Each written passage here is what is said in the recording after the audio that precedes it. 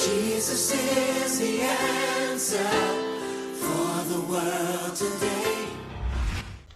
Hello family, Pastor Lalu from Christian Pentecostal Church here, and today we're continuing our series on Doubting God's Goodness, Part 2. So last week we stopped off at 1 Kings chapter 17, and we see that Elijah was sent to, he declared that there would be a famine in the land, thus says the Lord, and then he went to the stream. Sorry, one second, where am I? So he was at the stream, the brook Cherith, and he went there and he stayed there for a while. God said that he will feed him with ravens, but because of the famine, because of the drought rather, the brook dried up. And the question is, in that instance, do we begin to doubt God's goodness? Do we say that it's time to move on for a new season? Okay, so we see, let's continue from there. So I'm going to start continuing at 1 Kings 17. So we see that the brook dried up, the brook Cherith dried up, and God said, hey, basically, essentially, it was time to go. You know, the season where he was going to be feeding him at the brook by ravens and he was going to be drinking from the brook had come to an end. And it was now time for him to move on to the next season. So starting with 1 Kings 17, I'm going to start from verse 8. And it says, And the word of the Lord came unto him, saying, Arise, get thee to Zarephath, which belongeth to Zidon, and dwell there. Behold, I have commanded a widow woman there to sustain thee. Interesting. We see God tells him in this season, go here, stay here, and I'll take care of you there. By the time the brook dried up, God commands him, get up, go here, I'll take care of you there.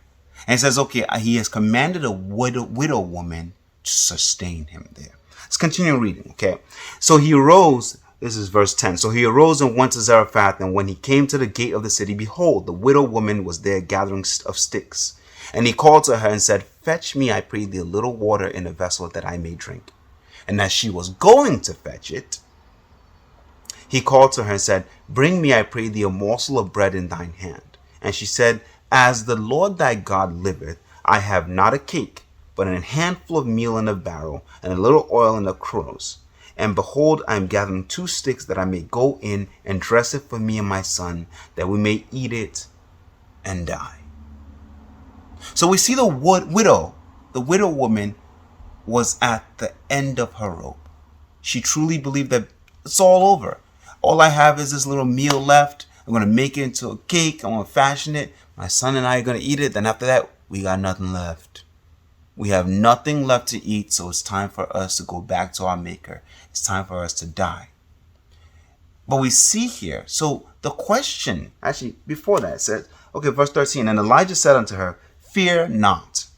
Go and do as thou hast said, but make me thereof a little cake first, and bring it unto me, and after make for thee and for thy son. For thus saith the Lord God of Israel, The barrel of the meal shall not waste, neither shall the cruse of oil fail, until the day that the Lord sendeth rain upon the earth. We see here in this instance that the drought had also caused suffering for this widow woman. But at the right moment, in the right season, God ended the seasons for Elijah and brought him to this widow woman for a new season. And in this new season, the widow woman, while she was sustaining Elijah, she was provided sustenance as well. She thought it was over and done with. This drought has got the best of me. There's nothing I can do. It's time to just lay down, eat this last meal, and prepare for death, me and my son. Elijah says, hey, go. You know what? Make me a meal first. Give me a little cake. Make a cake for me first. Then go ahead and make one for you and your son. But that meal will not end, and the oil will not end until the day that the drought ends. God orchestrated this very thing. We see that Elijah moved from one season to the next.